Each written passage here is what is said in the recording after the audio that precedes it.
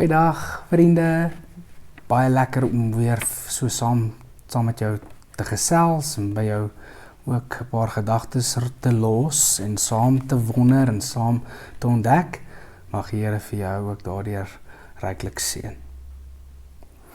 'n Wonderlike teks, een van die moeilikste tekste wat ek al in die Bybel in die Nuwe Testament raak geloop het, is die woorde van Matteus 5 vers 43 tot 45 om die vermoë om jou vyande lief te hê.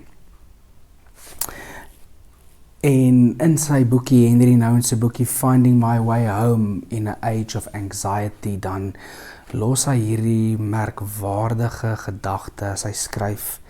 Hy sê, following Jesus means to live a life in which we start loving one another with God's original love and not with the needy, wounded love that harms others. En so is dit hierdie vermoë om 'n ongefiltreerde, onmenslike liefde te kan hê vir mense, God se oorspronklike liefde. En hy sê, daai oorspronklike liefde is a love that has the power to love enemies as well as friends.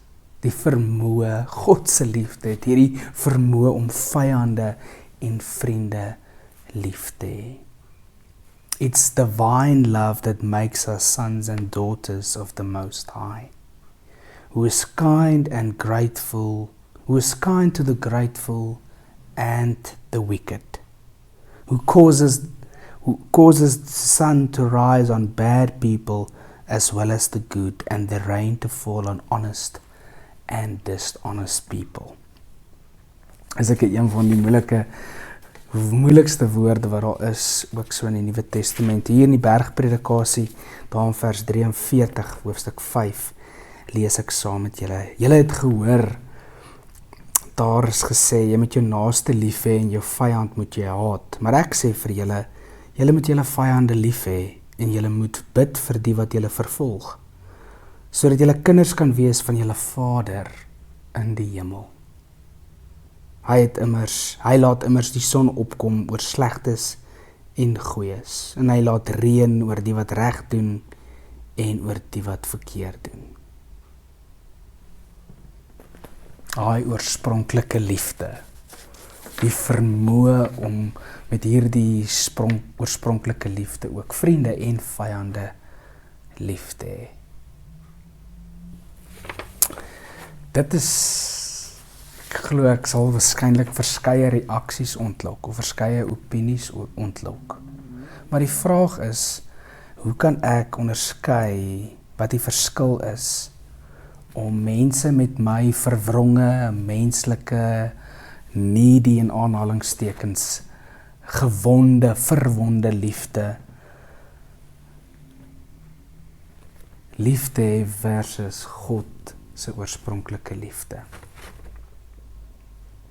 Hoe is dit moontlik om God se oorspronklike, daai ongefiltreerde liefde, God se onverdunde, onbevlekte liefde, om met daardie liefde ook mense in hierdie wêreld lief te hê, selfs my vyande. En ek dink die beloning daar wat jy hoor, en julle word kinders van julle Vader in die hemel genoem. Sodat vers 45 wat sê, is eintlik hierdie ongelooflike ontdekking, sodat julle kinders kan wees van julle Vader in die hemel. Dit is wat kinders van die Vader in die hemel doen. Dit is hoe hulle lief het. Maar in die begin van die week het ons ook, verlede week het ons ook gehoor hoe opoffering en diens en liefde pynlike ding is. Dat dit nie maklik is nie, maar dat God dat dit eintlik die deurgang is, dat ons eintlik onsself weer vind en ontdek. Die oomblik is amper die paradoks om dan so diensbaar of so liefdevol te wees. Ons dink ons verloor alles, maar ons kry dan eintlik ons lewe as ons op so 'n manier lief het.